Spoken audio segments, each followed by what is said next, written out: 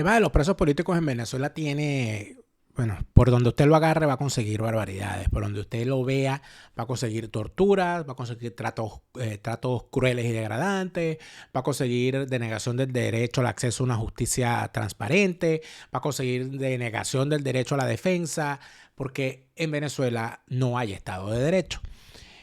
En tal sentido, no es para nada descabellado hacer una comparación entre el trato que reciben unos y el maltrato que reciben otros. Sobre todo cuando el chavismo intenta mostrar una supuesta lucha contra la corrupción con un desfile de bragas anaranjadas con una gente rozagante y buena moza, mientras a los presos políticos los hacen pasar por las peores situaciones. El capitán Juan Carlos Caguaripano es uno de los presos políticos que peor ha sido tratado por este régimen y su abogado ha conversado con nosotros esta semana y sobre eso hablaremos hoy en Fuera de Orden.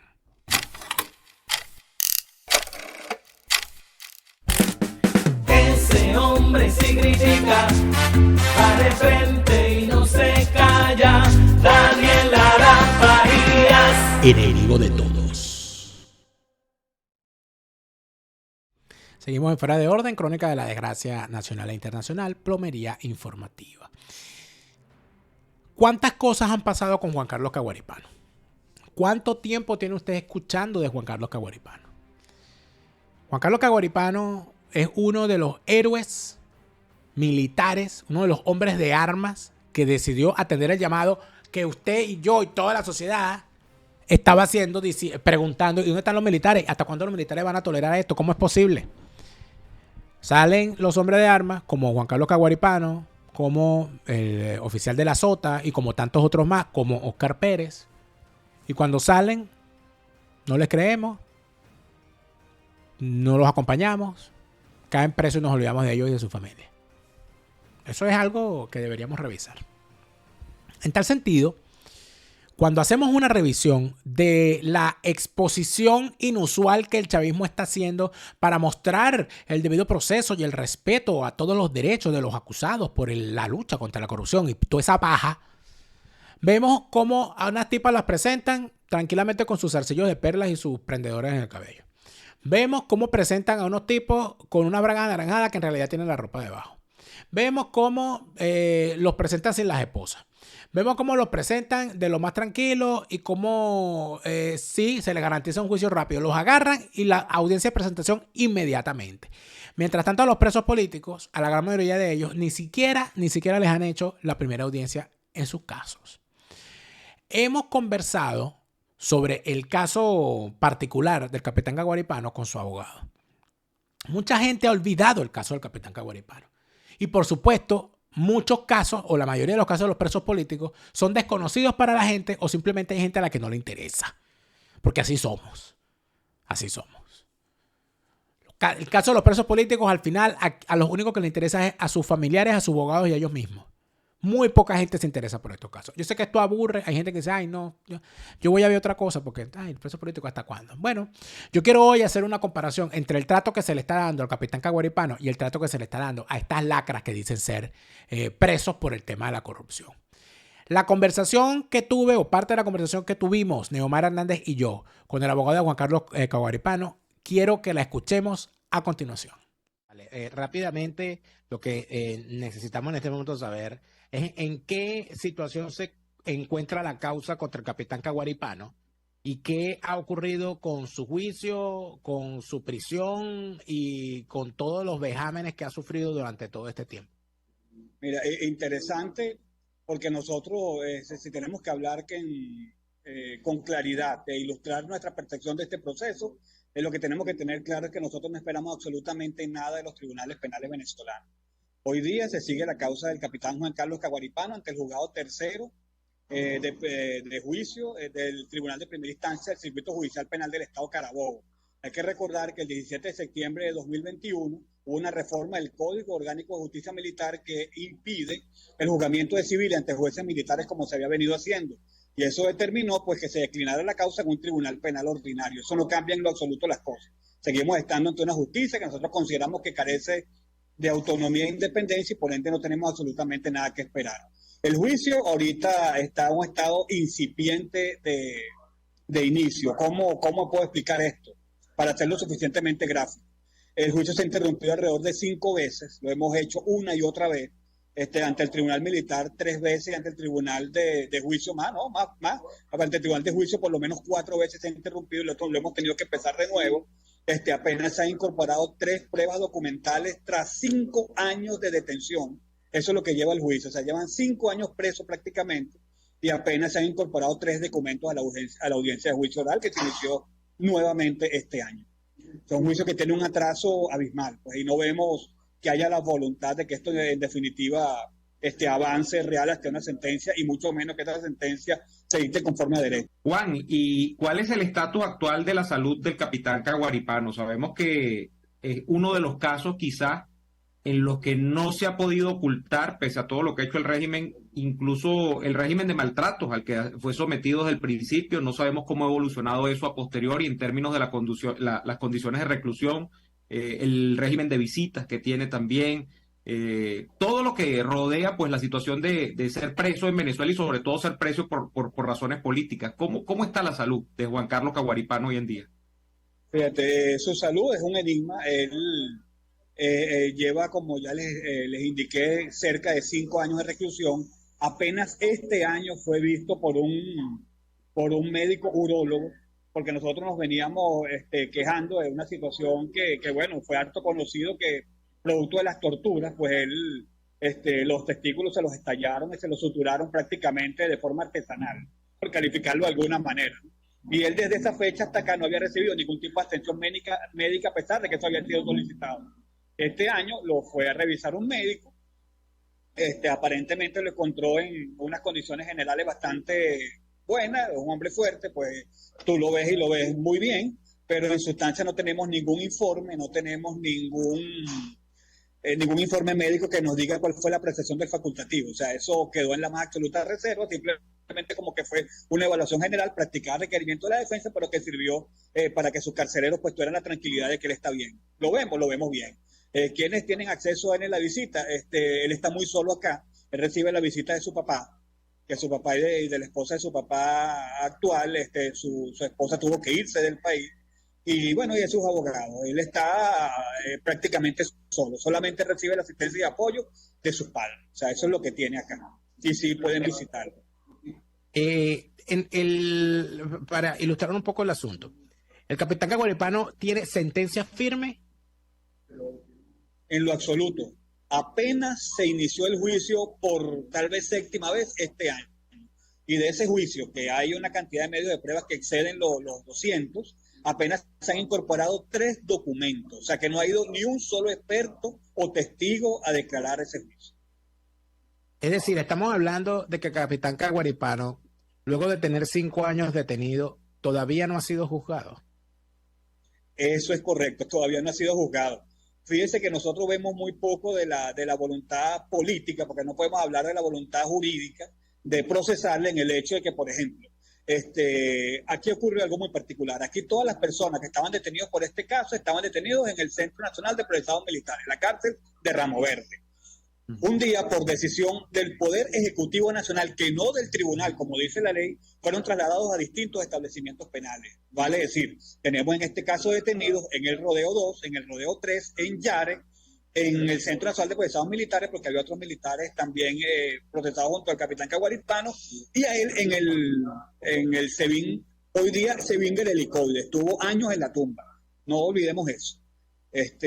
Bueno, eso denota que el juez no hizo absolutamente nada, ni para colocarlos todos en un establecimiento penal, en el estado Carabobo o en el mismo establecimiento penal donde estaban todos. Entonces imagínese usted, si es difícil llevar a todos los traslados desde Ramo Verde a Valencia, imagínese ahora llevarlos del Rodeo 2, desde el Rodeo 3, desde Yares, desde Ramo Verde en Los Teques y de a él desde el SEBIN. O sea, pareciera que lo que hacen es colocar mayores obstáculos, poner mayores obstáculos para que esta audiencia de juicio oral en efecto avance y se resuelva. Hoy día el juez ha tratado que yo creo que por comodidad judicial, tratar de que no trasladen a Caguaripano a la sede del tribunal. Esto puede parecer escandaloso, pero él pretende hacer la audiencia con Juan Carlos Caguaripano viendo el juicio por una pantalla desde el Servicio Bolivariano de Inteligencia Nacional.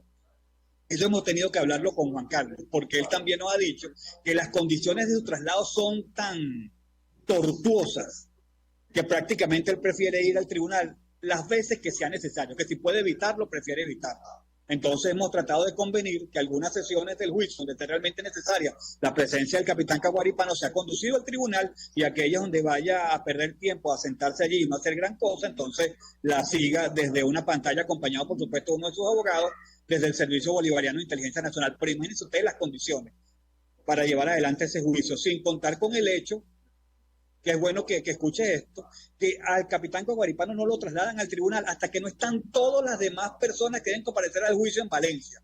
Vale decir que nos convocan a las 8:30 de la mañana, esperan que lleguen los traslados de los otros establecimientos penales, y cuando llegan a la 1 de la tarde es que sale el traslado del capitán Caguaripano desde Caracas a Valencia. Entonces el juicio empieza a las 5 o 6 de la tarde y terminaba en horas de la madrugada. Por eso se interrumpió tantas veces y hubo que iniciarlo una y otra vez. Ahora, el hecho de que hayan dispuesto a hacer el juicio con el capitán Caguaripano conectado en forma remota no debería facilitar las cosas. Si lo van a hacer con él desde las instalaciones del SEBIN o desde donde sea, fuera del tribunal, debería ser más fácil hacer el juicio. Entonces, y aún así no ha ocurrido. Estamos hablando entonces de que no quieren darle un juicio al capitán Caguaripano.